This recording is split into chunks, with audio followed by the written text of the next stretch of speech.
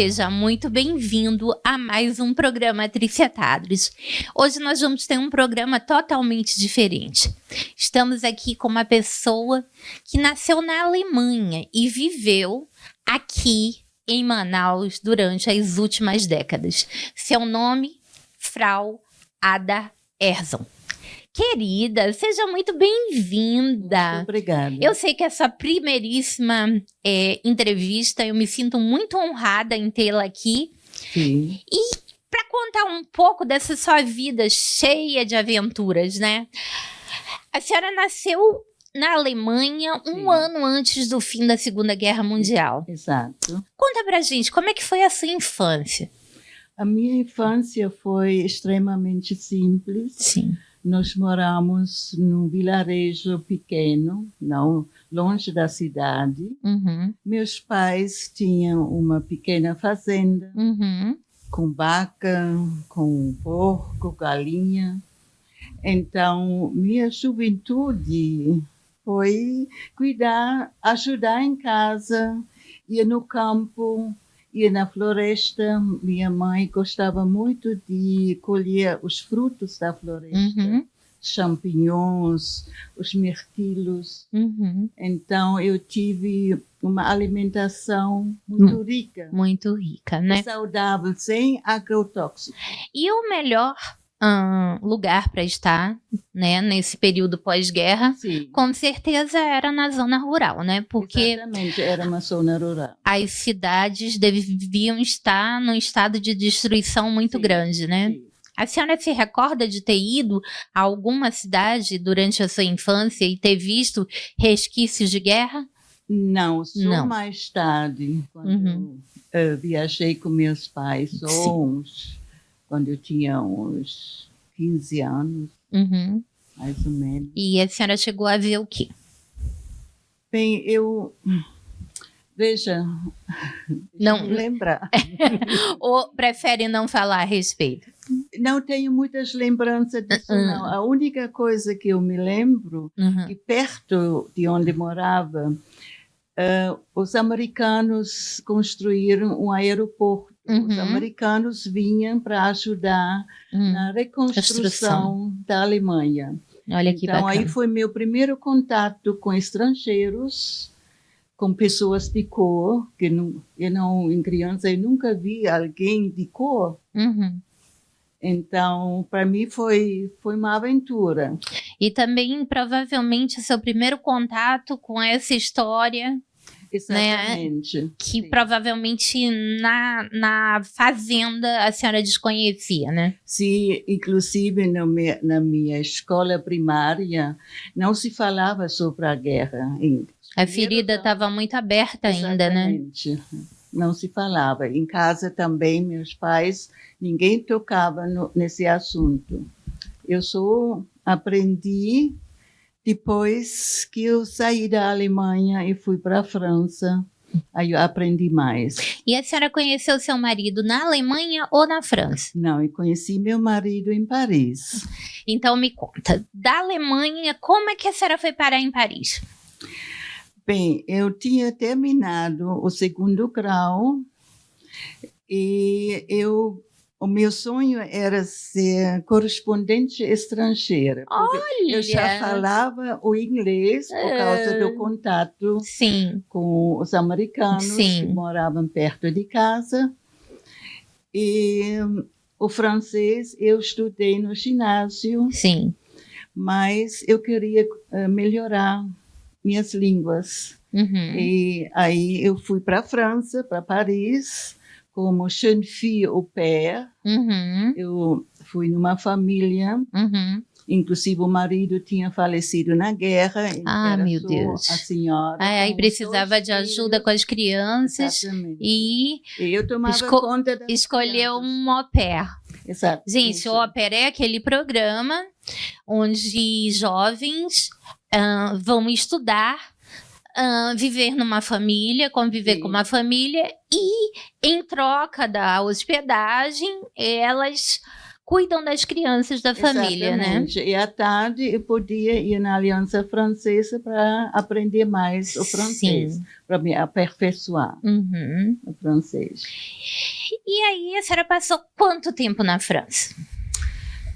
Eu fui em 1961 e fiquei até 66. Até 66. Mas em que ano a senhora conheceu o seu marido?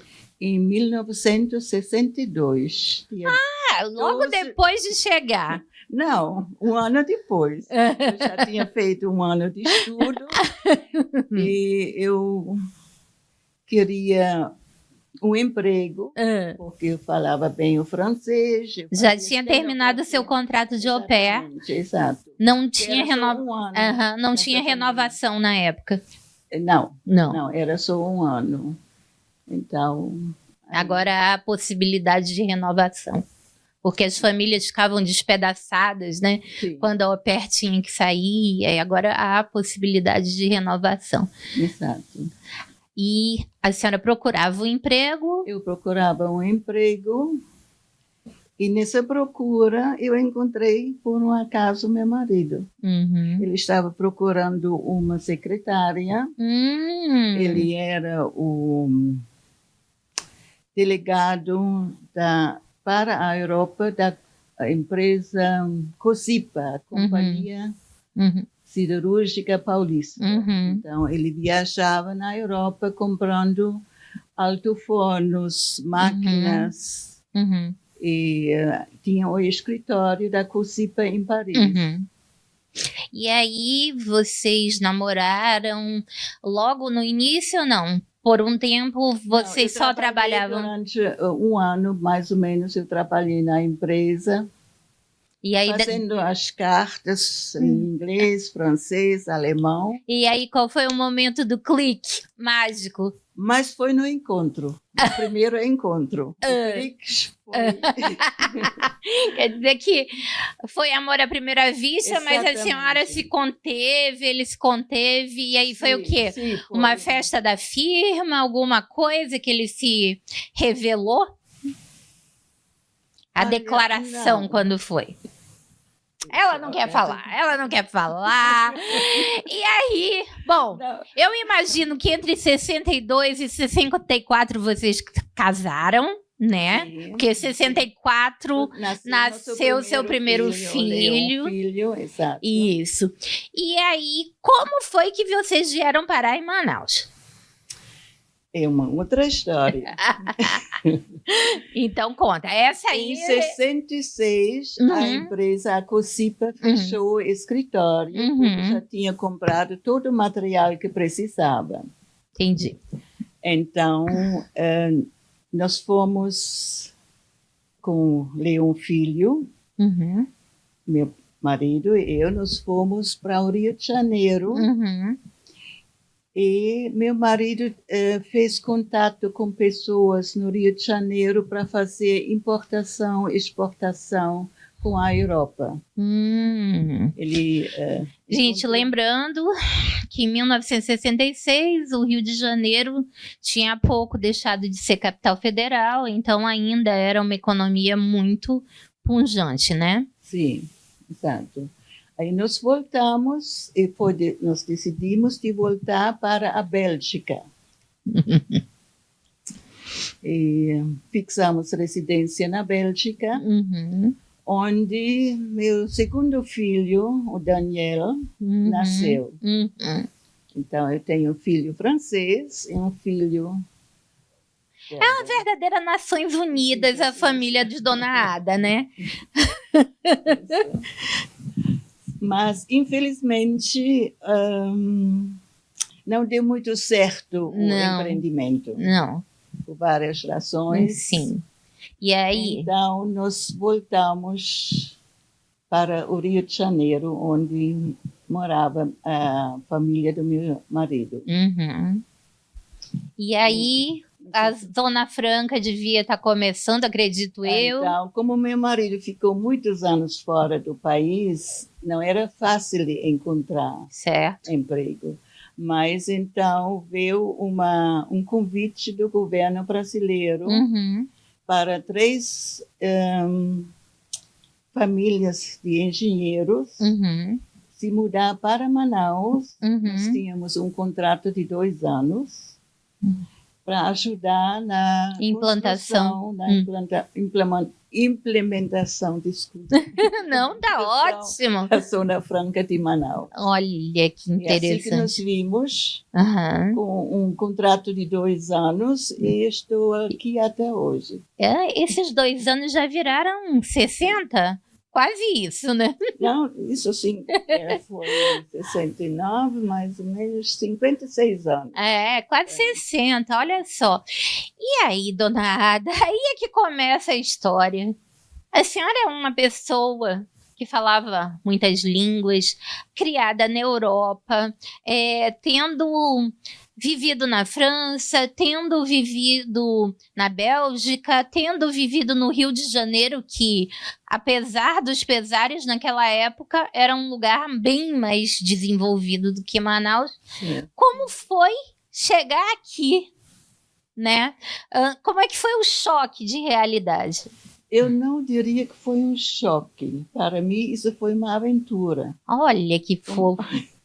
Para mim, a Amazônia era algo fora do comum, diferente de tudo que eu já tinha visto.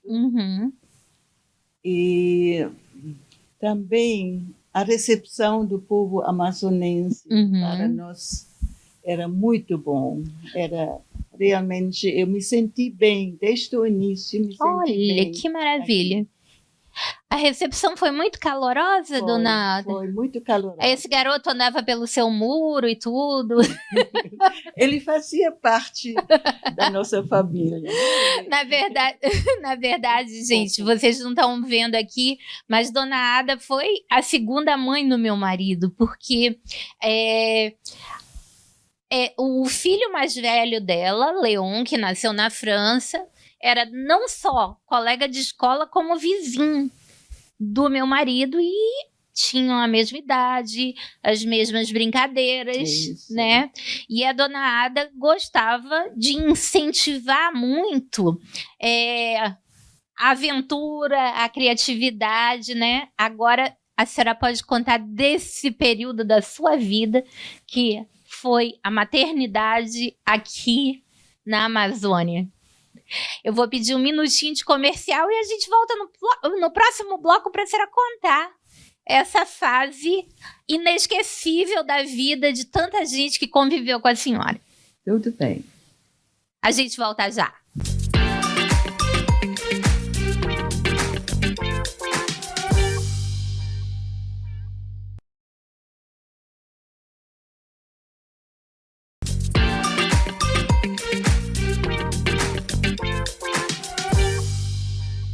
Voltamos aqui nesse segundo bloco com Ada Herzog falando um pouco a respeito dessa fase da maternidade. Uma mãe moderna, uma mãe que já vinha de uma Europa mais avançada, já tinha estado no Rio de Janeiro, que era mais à frente, uma mãe que dirigia, uma mãe que promovia brincadeiras na casa, que estimulava o esporte, né, que era muito incomum as mães serem esportistas, atléticas, era muito incomum as mães dirigirem, né?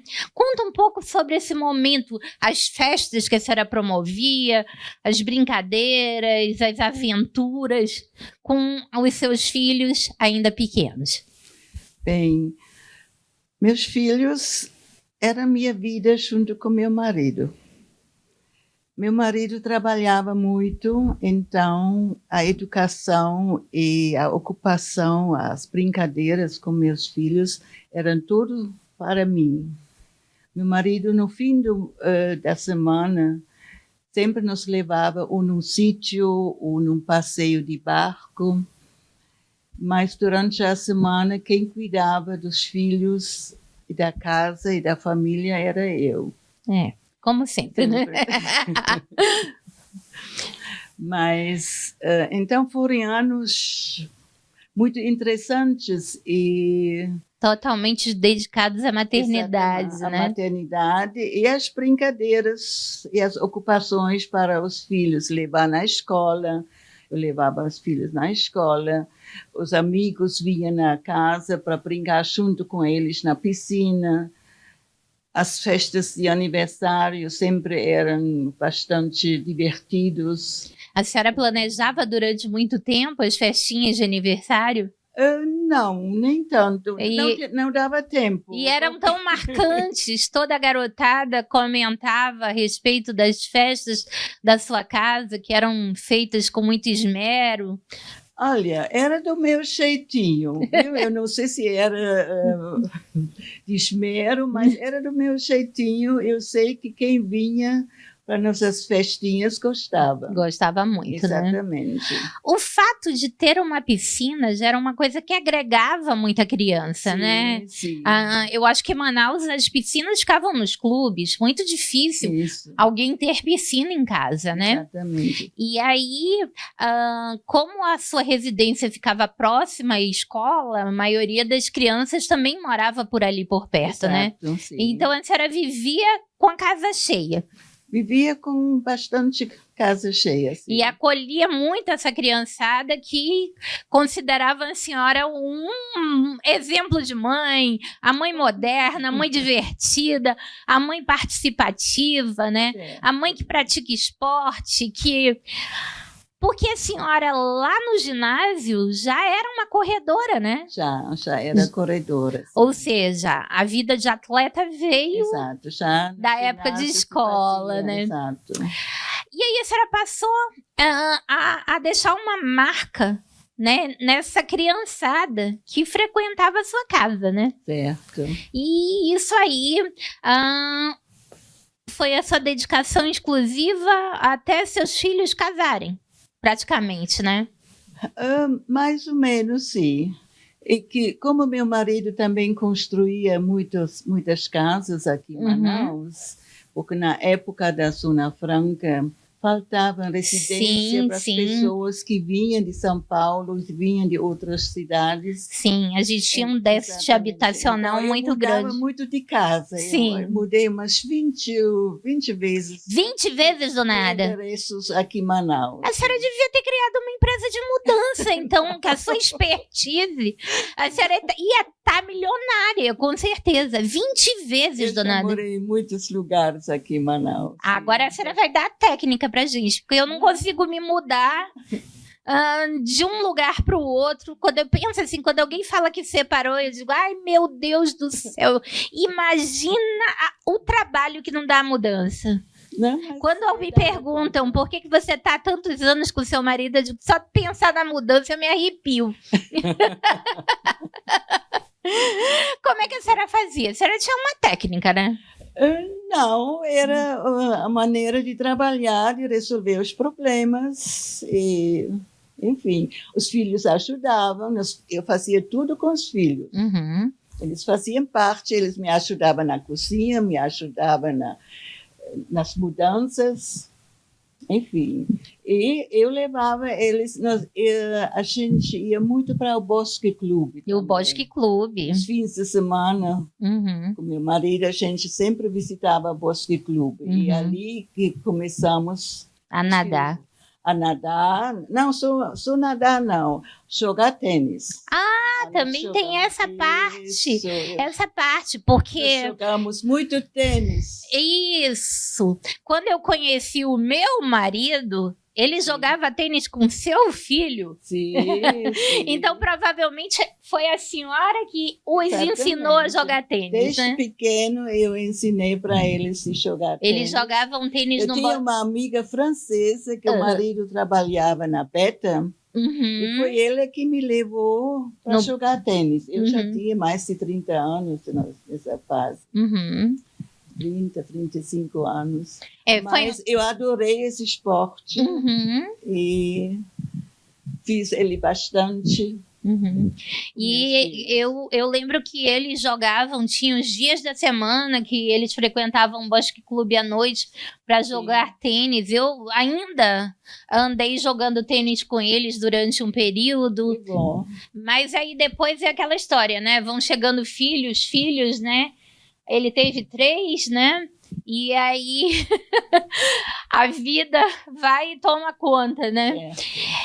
E aí, dona Ada, esporte, natação, corrida, tênis, aventuras, né? Sítios, floresta e tudo, festas as mais divertidas, as playdates, né? Os encontros da criançada também, sempre na sua casa. O que mais que a senhora fazia? Que eu sei que não era pouca coisa. Não, olha, a minha vida era bastante animada, movimentada. Uhum. E eu gostava da minha vida. Eu gosto até hoje da minha vida. A senhora sentia a falta de alguma coisa durante esse período? Não. Nada? Não. Sua vida estava completa, né? Estava completa. Estava completa. Meus filhos preenchiam minha vida. Gente, a coisa mais...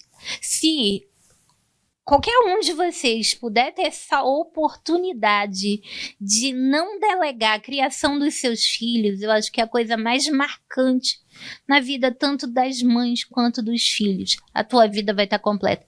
É claro que hoje em dia a maioria das mulheres não podem se dar o luxo, até porque hoje em dia as mulheres não têm mais garantia. Primeiro, de que o marido vai prover, né?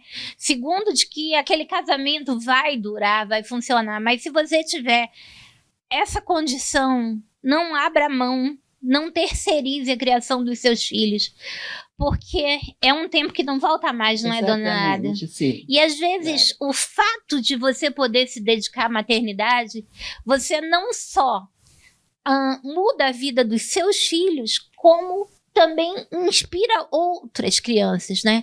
Aqueles amigos dos seus filhos, você deixa a marca.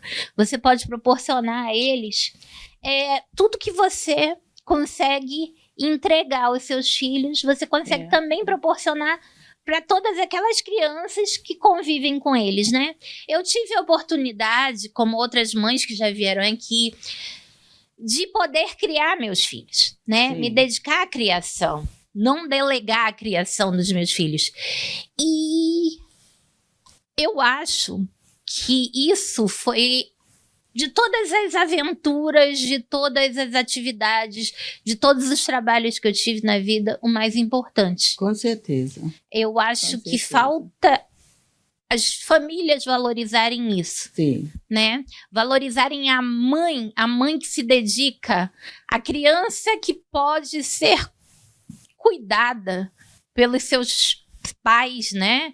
Ou a mãe ou o pai, né? Que hoje a gente já está mais moderno, existem mães que... Mudou bastante. Né? Mas se puder se dedicar integralmente, não delega, gente. Eu sei que é difícil, eu sei que é arriscado, mas é uma experiência única, né? E hoje a gente vê tantas crianças que sentem a falta dos pais, né? E eu acho que é um período que passa rápido, né? Exatamente. E é um período insubstituível, né? Dona Ada, qual a memória mais gostosa que a senhora tem desse tempo? Ai, difícil de escolher uma memória. São tantas.